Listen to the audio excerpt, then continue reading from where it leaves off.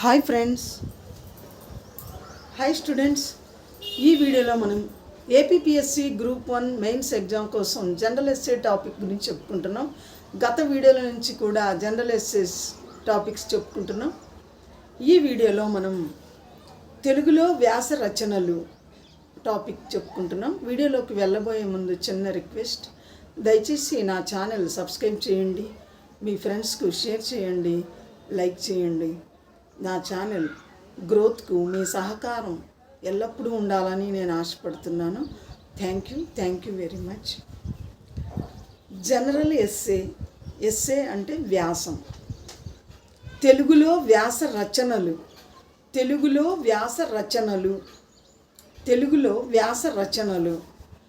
వ్యాసం అనగా విస్తరించునది అని అర్థం. వ్యాసం అనగా విస్తరించునది అని అర్థం. కప్పి చెప్పేది కవిత్వం, విప్పి చెప్పేది వ్యాసం అనే ఒక వాడుక కూడా తెలుగు నానుడిలో ఉంది. కప్పి చెప్పేది కవిత్వం, విప్పి చెప్పేది వ్యాసం అనే నానుడి కూడా తెలుగులో ఉంది, తెలుగు వాడుకలో ఉంది. వ్యాసం అంటే వివరించి చెప్పేది అని గ్రహించవచ్చును. వ్యాసం అంటే వివరించి చెప్పేది అని గ్రహించవచ్చు. రచయిత ఏదో ఒక విషయాన్ని గూర్చి తన ఆలోచనలను క్రమబద్ధంగా కార్యకారణ సంబంధం ఉండేటట్లు అమర్చి రచన చేస్తాడు. రచయిత ఏదో ఒక విషయాన్ని గూర్చి తన ఆలోచనలను క్రమబద్ధంగా కార్యకారణ సంబంధం ఉండేటట్లు అమర్చి రచిస్తాడు. వ్యాసంలో పేరాల విభజన ముఖ్యం. పేరాల మధ్య తర్కబద్ధత ఉండాలి. ఒక వ్యాసం దేని గురించి అయితే వ్యాసం రచయింపబడి ఉన్నదో మొదటి పేరాలో ఆ వ్యాసం దేని గురించి చెప్పబడిందో ఇంట్రడక్షన్ ఉండాలి. మిగిలిన పేరాలు ఆ వ్యాసం గురించి వివరణాత్మకమైన విషయాన్ని పేరాలుగా రచించి ఉండాలి. చివరి పేర కంక్లూజన్, ముగింపు వ్యాసం అర్థవంతంగా ఉండాలంటే, వ్యాసం ఆకర్షణీయంగా సమర్థవంతంగా వ్యాసరచన ఉండాలంటే వ్యాసం ముగింపు కూడా చాలా ముఖ్యమైనది.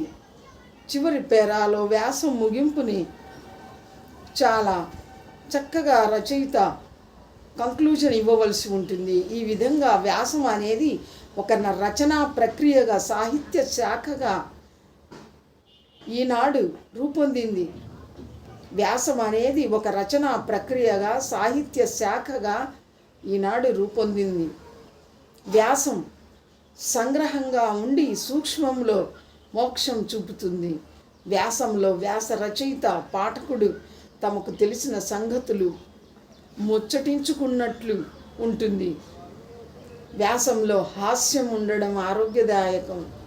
వ్యాసంలో హాస్య చతురత ఉండడం ఆరోగ్యదాయకం. వ్యాసంలో విషయం సంపూర్ణంగా లేకపోయినా అప్పటికి అవసరమైన భాగంలో సమగ్రత ఉండాలి. వ్యాసంలో ప్రారంభం అంటే ఇంట్రడక్షన్, 2 విషయ వివరణ, దేని గురించి అయితే వ్యాసం చెప్పబడుతున్నదో ఆ విషయం గురించి విషయ వివరణ, 3 ముగింపు, కంక్లూజన్. ముగింపు అనేది 3 భాగాలు ఉండాలి. వ్యాసం ముఖ్యంగా 3 భాగాలలో అందంగా, ఆకర్షణీయంగా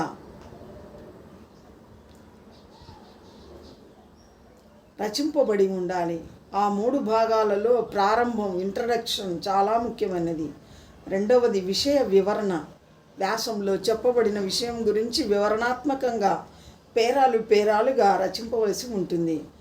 3వ భాగం ముగింపు, కంక్లూజన్. ముగింపు ఎంత చక్కగా ఉంటే ఆ వ్యాసం అంత చక్కగా ఉంటుంది. వ్యాసం కూడా మన తెలుగులోకి పాశ్చాత్య ప్రభావంతోనే వచ్చింది. వ్యాసం ఆర్ ఎస్సే కూడా మన తెలుగులోకి పాశ్చాత్య ప్రభావంతోనే వచ్చింది. ఇంగ్లీషులో ఎస్సే అనే మాటకు సమానమైన అర్థం గల పదం ఈ వ్యాసం. ఇంగ్లీషులో ఎస్సే అనే మాటకు సమానమైన అర్థం గల పదం ఈ వ్యాసం. ఈ వ్యాసం తెలుగులోకి 18వ శతాబ్దం చివరి రోజులలో అడుగుపెట్టిందని విమర్శకుల అభిప్రాయం.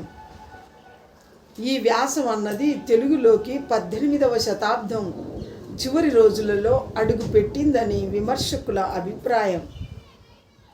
తెలుగులో వ్యాస రచనకు మొదట్లో ప్రమేయ, సంగ్రహం, ఉపన్యాసం అనే పేర్లు ఉండేవి.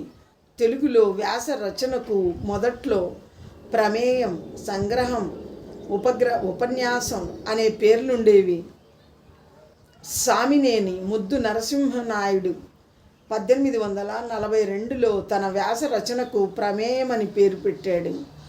సామినేని ముద్దు నరసింహనాయుడు 1842లో తన వ్యాస రచనకు ప్రమేయం అనే పేరు పెట్టాడు. ఈయనే తెలుగు వ్యాస రచనకు మార్గదర్శకుడు. ఈయన విద్యా ప్రమేయం, వైద్య ప్రమేయం అనే పేర్లతో వ్యాసాలు వ్రాసి హిత సూచని అనే వ్యాస గ్రంథాన్ని ప్రచురించాడు. పరవస్తు వెంకట రంగాచార్యులు గారు తన వ్యాసాలను సంగ్రహములు అనే పేరుతో ప్రచురించాడు. పరవస్తు వెంకట రంగాచార్యులు గారు తన వ్యాసాలను సంగ్రహములు అనే పేరుతో ప్రచురించాడు. అలాగే జియ్యరు సూరి 1875లో శ్రీ కళా కల్లోలిని జియ్యరు సూరి 1875లో శ్రీ కళా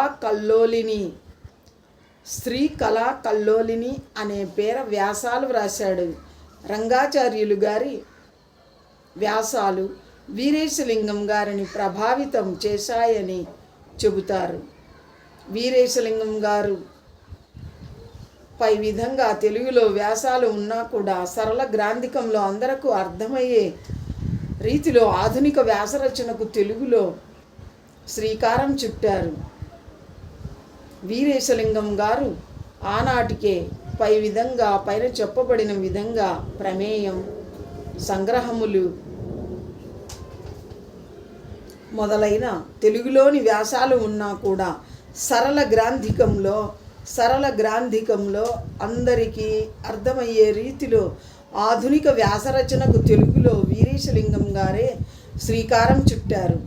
వీరేశలింగం గారి కాలంలోని ప్రసిద్ధ వ్యాస రచయిత కాశీభట్ల బ్రహ్మయ్య శాస్త్రి గారు వీరేశలింగం గారి రచనలను ఖండిస్తూ వ్యాసాలు రాశారు.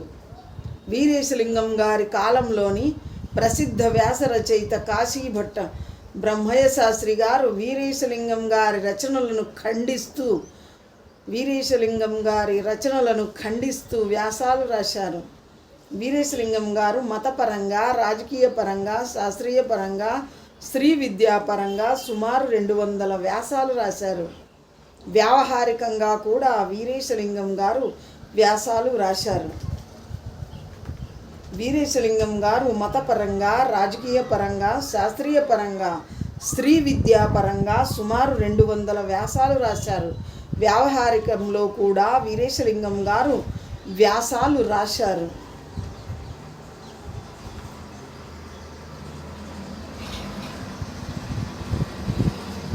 కిలాంబి రామానుజాచార్యులు గారు ఇంగ్లీషులోని బేకన్ ఎస్సెస్ను ఆంధ్రీకరించారు. కిలాంబి రామానుజాచార్యులు గారు ఇంగ్లీషులోని బేకన్ ఎస్సెస్ను ఆంధ్రీకరించారు.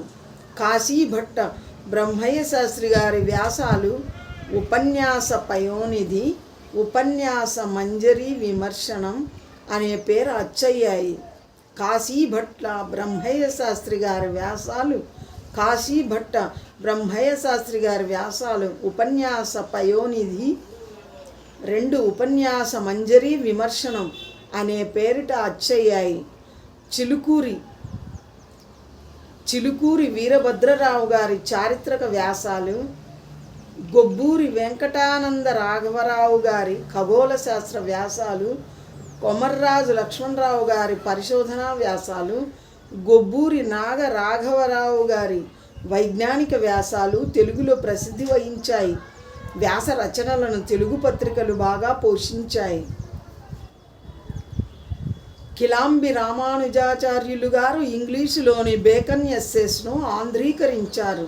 కాశీభట్ట బ్రహ్మయ్య శాస్త్రి గారి వ్యాసాలు 1 ఉపన్యాస పయోనిధి, 2 ఉపన్యాస మంజరి విమర్శనము అనే పేరిట అచ్చయ్యాయి. చిలుకూరి వీరభద్రరావు గారి చారిత్రక వ్యాసాలు, గొబ్బూరి వెంకటానంద రాఘవరావు గారి ఖగోళ శాస్త్ర వ్యాసాలు, కొమర్రాజు లక్ష్మణరావు గారి పరిశోధనా వ్యాసాలు, గొబ్బూరి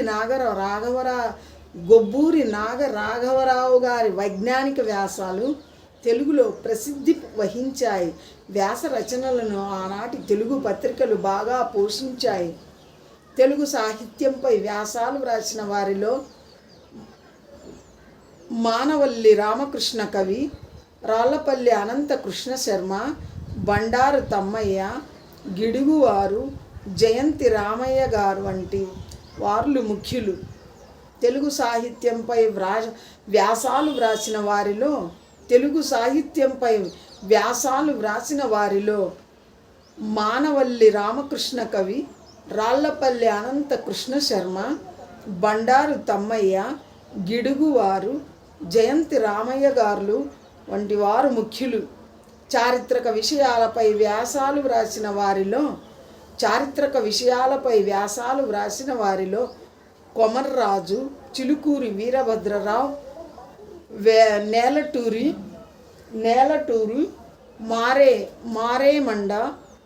నేలటూరి మారేమండ, కందూరి ఈశ్వరదత్తులు ముఖ్యులు.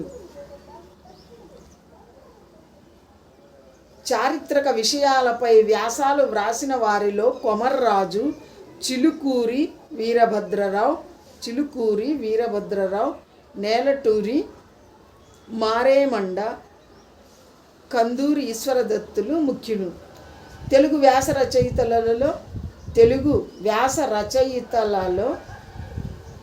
రచయితలలో పానుగంటి లక్ష్మీ నరసింహరావు గారు సుప్రసిద్ధులు. వీరి సాక్షి వ్యాసము తెలుగు సాహిత్యానికి వెలకట్టలేని రత్నదీపం. ఈ వ్యాసాలు గ్రాంధికంలో ఉన్న వ్యావహారికంలా సాగుతాయి. వదరుబోతు వ్యాసాలు కూడా ఇటువంటివే. తెలుగు వ్యాస రచయితలలో పానుగంటి లక్ష్మీ నరసింహరావు గారు సుప్రసిద్ధులు. వీరి సాక్షి వ్యాసములు తెలుగు సాహిత్యానికి వెలకట్టలేని రత్నదీపాలు. ఈ వ్యాసాలు గ్రాంధికంలో ఉన్న వ్యావహారికంలా సాగుతాయి. వదరుబోతు వ్యాసాలు కూడా ఇటువంటివే. వాడుక భాషలో వ్యాసాలు వ్రాసి వ్యాసానికి ఉన్నత స్థానాన్ని కల్పించిన వారిలో గురజాడ, గిడుగులు ముఖ్యులు. గిడుగు రామ్మూర్తి. వాడుక భాషలో వ్యాసాలు వ్రాసి వ్యాసానికి ఉన్నత స్థానాన్ని కల్పించిన వారిలో గురజాడ, గిడుగు అంటే గిడుగు రామ్మూర్తి ముఖ్యులు. చల్లపిల్లవారు కూడా వాడుక భాషలో వ్యాసాలు వ్రాశారు.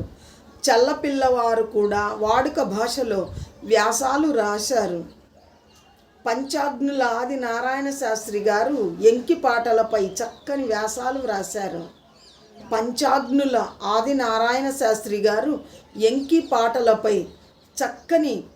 వ్యాసాలు వ్రాశారు. శ్రీ వారం వారం అనే శీర్షికపై ఉపన్యాసాలుగా వ్రాసిన వ్యాసాలు ఎంతో చక్కనైనవి. శ్రీ వారం వారం అనే శీర్షికపై ఉపన్యాసాలుగా వ్రాసిన వ్యాసాలు ఎంతో చక్కనైనవి. తిరుమల రామచంద్రయ్య గారు నుడి నానుడి. తిరుమల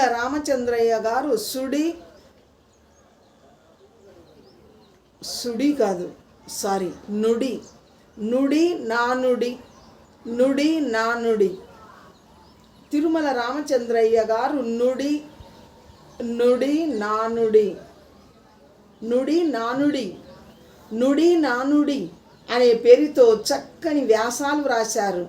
లత గారు ఊహాగానం పేరుతో వ్యాసాలు వ్రాశారు. లత గారు ఊహాగానం పేరుతో వ్యాసాలు వ్రాశారు. తిరుమల రామచంద్రయ్య గారు నుడి నానుడి అనే పేరుతో చక్కని వ్యాసాలు వ్రాశారు. లత గారు ఊహాగానం పేరుతో వ్యాసాలు వ్రాశారు. నార్ల వెంకటేశ్వరరావు గారు ఆంధ్రప్రభ, ఆంధ్రజ్యోతి పత్రికల్లోనూ, ముట్నూరి కృష్ణారావు గారు కృష్ణా పత్రికల్లోనూ చక్కటి సంపాదకీయ వ్యాసాలు వ్రాశారు.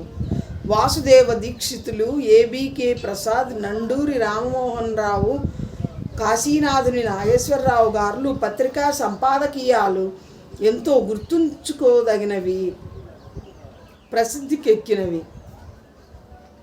నార్ల వెంకటేశ్వరరావు గారు ఆంధ్రప్రభ, ఆంధ్రజ్యోతి పత్రికలలోనూ, ముట్నూరి కృష్ణారావు గారు కృష్ణా పత్రికలోనూ చక్కని సంపాదకీయ వ్యాసాలు వ్రాశారు. వాసుదేవ దీక్షితులు, ఏబీకే ప్రసాద్, నండూరి రామమోహన్ రావు, కాశీనాథుని నాగేశ్వరరావు గారు పత్రికా సంపాదకీయాలు, వారు రచించిన పత్రికా సంపాదకీయాలు ఎంతో గుర్తుంచుకోదగినవి, ప్రసిద్ధికెక్కినవి. నేడు వివిధ శీర్షికలతో పత్రికలలో చక్కని వ్యాసాలు వస్తున్నాయి. రావూరి సత్యనారాయణ గారి ఆషామాషి, విద్వాన్ విశ్వం గారి మాణిక్య వీణ, పురాణం సీత గారి ఇల్లాలి ముచ్చట్లు, హితశ్రీ గారి ముత్యాల పందిరి, టిఎల్ కాంతారావు గారి వారానికోసారి మొదలైనవి ముఖ్యమైన వ్యాసాలు. భాషపై బద్రిరాజు, చేర, దోనప్ప, బూదరాజు, రాధాకృష్ణ చక్కని వ్యాసాలు రాశారు. ఆది విష్ణు, ధర్మారావు, నరసరాజు వంటి వారు చక్కని హాస్య చతుర వ్యాసాలు వ్రాశారు. వచన సాహిత్యంలో తెలుగు వ్యాసానికి పెద్దపీట వేయబడింది. వచన సాహిత్యంలో తెలుగు వ్యాసానికి పెద్దపీట వేయబడింది. నార్ల వెంకటేశ్వరరావు గారు ఆంధ్రప్రభ, ఆంధ్రజ్యోతి పత్రికల్లోనూ, ముట్నూరి కృష్ణారావు గారు కృష్ణా పత్రికలోనూ చక్కని సంపాదకీయ వ్యాసాలు వ్రాశారు. వాసుదేవ దీక్షితులు, ఏబీకే ప్రసాద్, నండూరి రామమోహన్ రావు, కాశీనాథుని నాగేశ్వరరావు గారుల పత్రికా సంపాదకీయాలు గుర్తుంచుకోదగినవి, ఎంతో ప్రసిద్ధి చెందినవి. నేడు వివిధ శీర్షికలతో పత్రికలలో చక్కని వ్యాసాలు వస్తున్నాయి. రావూరి సత్యనారాయణ గారి ఆషామాషి, విద్వాన్ విశ్వం గారి మాణిక్య వీణ, పురాణం సీత గారి ఇల్లాలి ముచ్చట్లు, హితశ్రీ గారి ముత్యాల పందిరి, టిఎల్ కాంతారావు గారి వారానికోసారి మొదలైనవి ముఖ్యమైన వార్తల్లో వచ్చిన వార్తాపత్రికలలో వచ్చిన వ్యాసాలు. తెలుగు భాషపై బద్రిరాజు, చేర, దోనప్ప, బూదరాజు, రాధాకృష్ణ చక్కని వ్యాసాలు వార్తాపత్రికల సంపాదకీయాలు వ్రాశారు. ఆది విష్ణు ధర్మారావు, నరసరాజు వంటి వారు చక్కని హాస్య చతురత ఉన్న వ్యాసాలు వ్రాశారు. వచన సాహిత్యంలో తెలుగు వ్యాసానికి పెద్ద పీట వేయబడినది. ఈ విధంగా వ్యాసాలు తెలుగు భాషలో ఎందరో కవులు, కళామణులు, ఎందరో కవులు, కవయిత్రులు తెలుగు భాషలో ఎన్నో గొప్ప గొప్ప వ్యాసాలు వ్రాసి మనకు అందించారు. Thank you students.